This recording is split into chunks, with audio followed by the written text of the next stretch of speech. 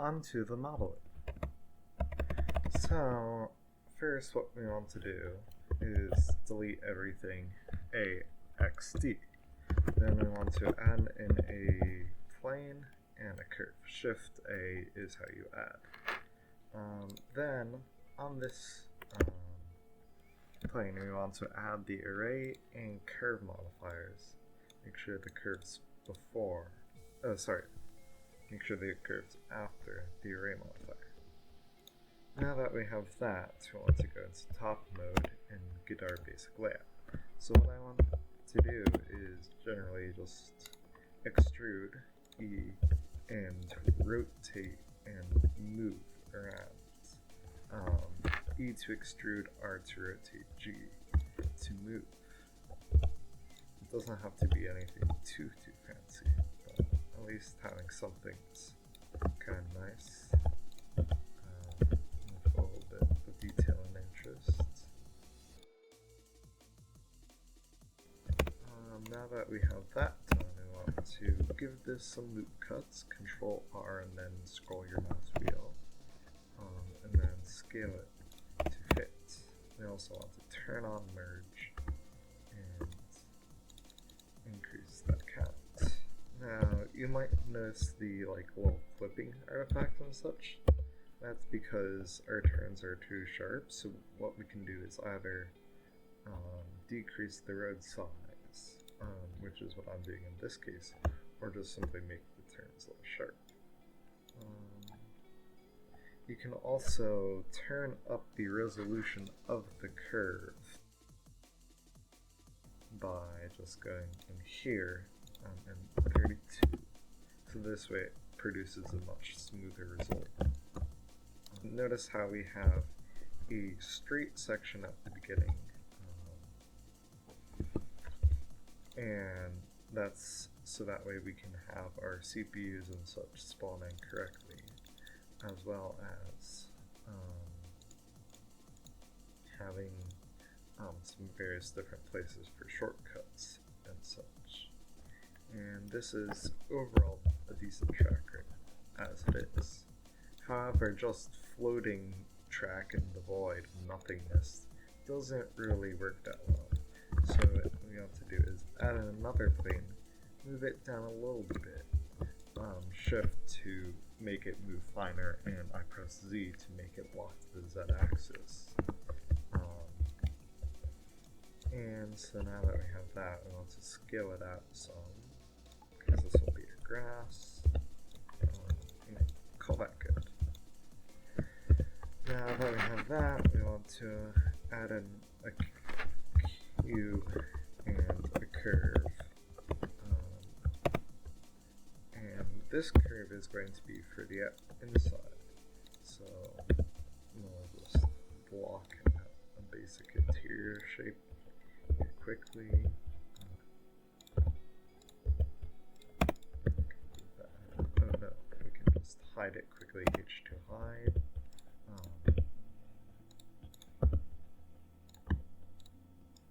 Maybe move that back so that way that shortcut's more viable. And also, you notice how when we go here there's a little bit of overlapping. We want to fix that, so just scale this thing on the X until you see them go apart, and then just go as close as you can. Alright, now that we have that, you press Alt-H to unhide all hidden objects, and I want to do the same array curve modifiers. And the second curve. Now I want to scale this one out, scale it, and since the Mario circuit blocks have a convenient texture, what we can do is just give it, I believe it's 3 loop cuts for 4 sections, so that way we have 4 blocks here, and then we can just array this around.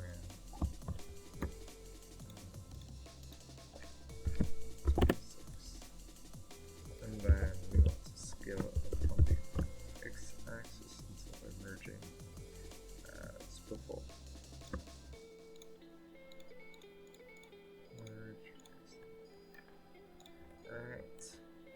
And now for the outside, what we can do is do the same as the previous. So we can just duplicate this, scale it out, and then just modify this curve. There.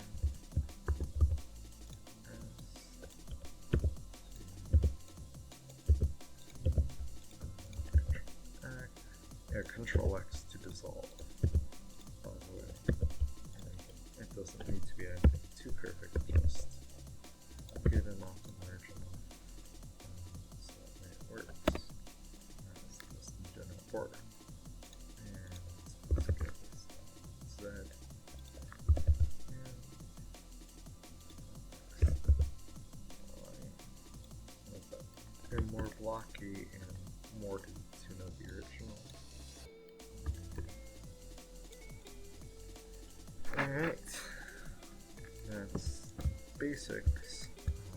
What we also want to do is add in some trick ramps. So I generally like to select these four models, scales at 0, and make sure that that's on. So now that's all merged. And now what we want to do is go into face select mode, delete the bottom face, edge mode, and then move it so it's something a bit like this. Now we want to scale it down, scale the y-axis a little bit, and make sure that way and now we want to set origin to geometry, so that way it's more centered. And now that that's more centered, we want to move it up on the z-axis until that's origin is nearly at the bottom, so I can do 1 and 1 to go to side view and Alt-Z to change transparency. Now that we have that, we need to do Shift Tab to snap, snap to face, snap with center, and that's what we want. So now it will just move as expected, so we can put like a ramp over here.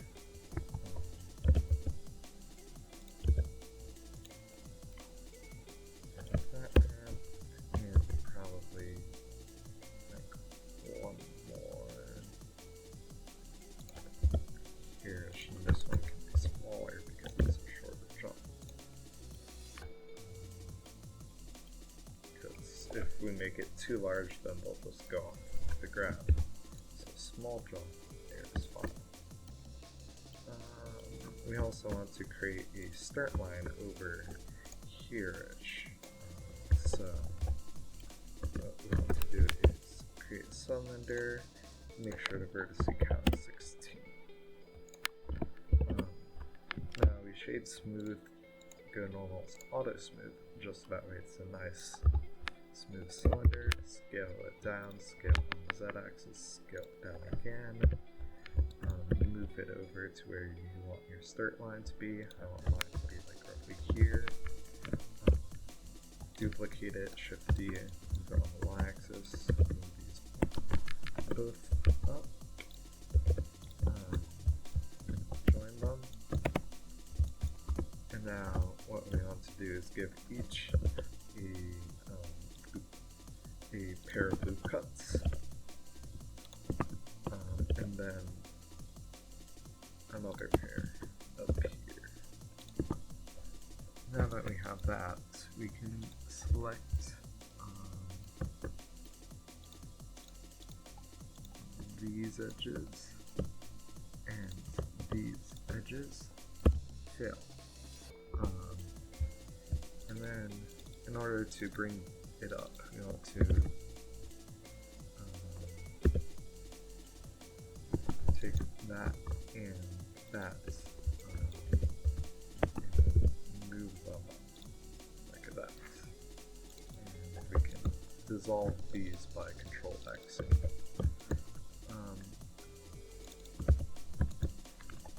Alright, now we want to make sure our faces are correct, and in this case we want the blue to be visible, to press Alt and F in order to get that, so it's pretty normal, and we'll do the settings that way that's visible on both sides.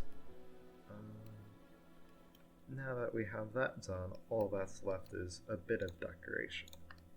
So the way I like to make trees are just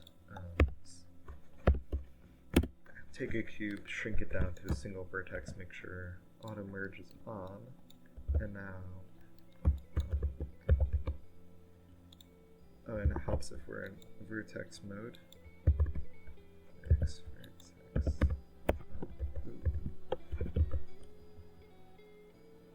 And then we take our vertex, move it up, extrude it around a bit. I like to go into top view for this so that I can make sure that's all lined up, and then I can just move the heights to my liking. Then I extrude these, scale them.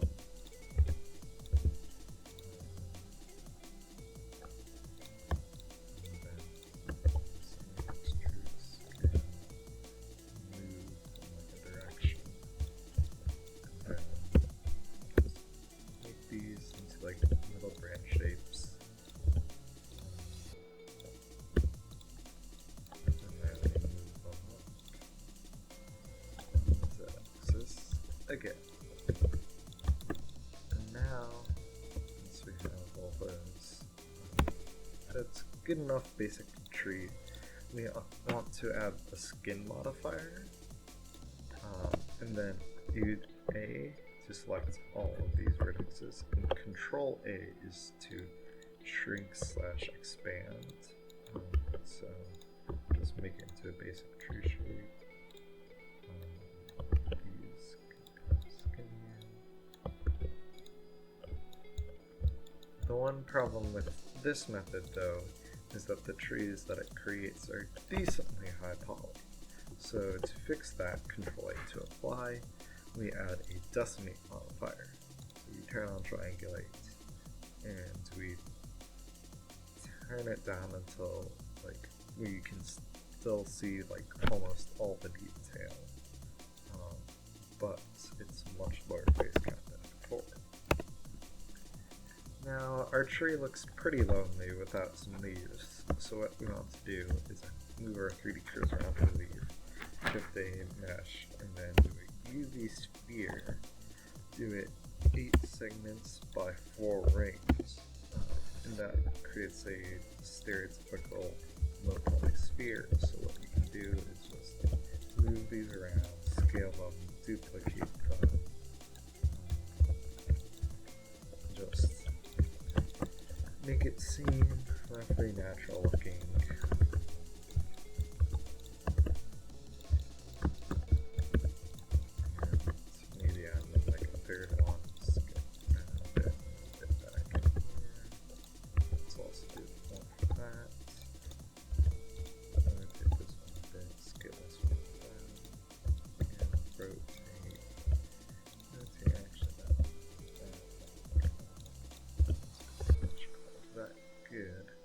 And then we save it just into our custom track folder.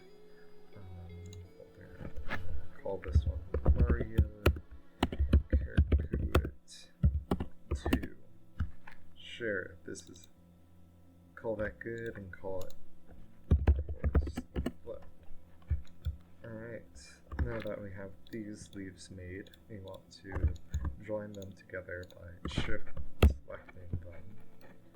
And then we join the leaf, and the leaves and the trees can stay separate as it makes it easier to texture. But now that we have a decently sized tree, we can once again move it down. We move it down into the ground a little bit, and then we just move it